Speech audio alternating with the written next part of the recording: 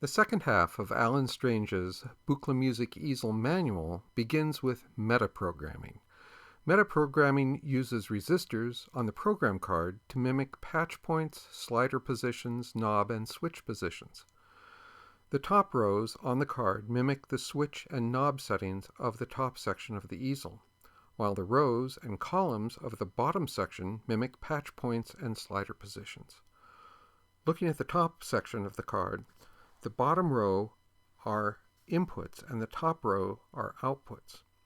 Bridging between input and output with a resistor sets their function.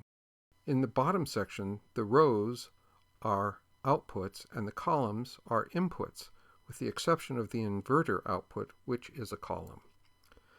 Patch chart 18 shows how I can set up a patch on the faceplate of the easel, then translate it to the program card.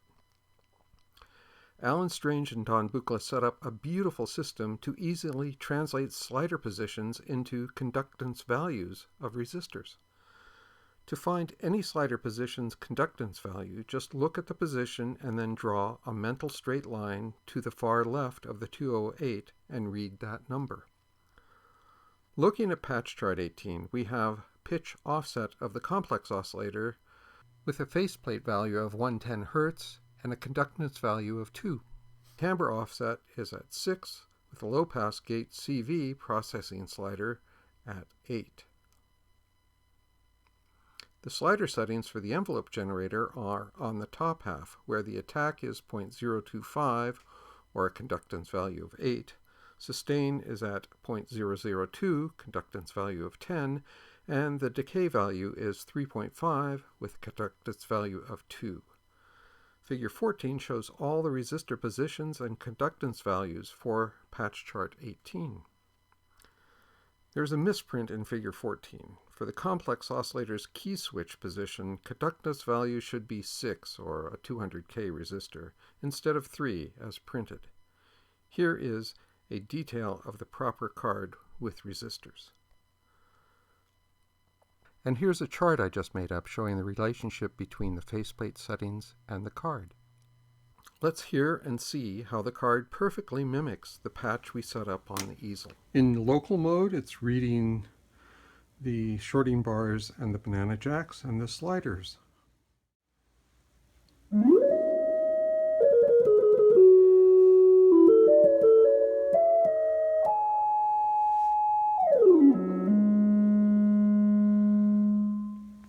And in remote, it's just reading the card.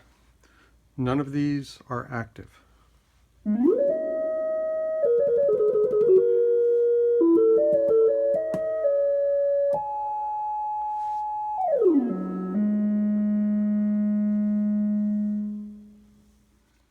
The last patch showed how we could duplicate any patch from the faceplate to the program card.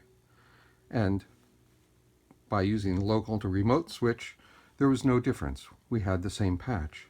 But the beauty of the program card is that, hey, you could have a Krell patch, for instance, going in local mode, and then when you flip the switch to remote, you would get your melodic patch.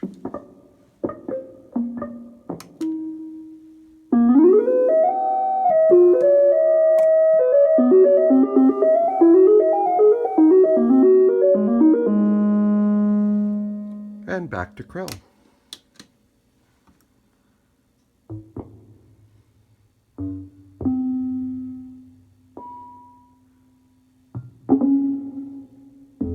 There you go. Watch this space for more tutorials.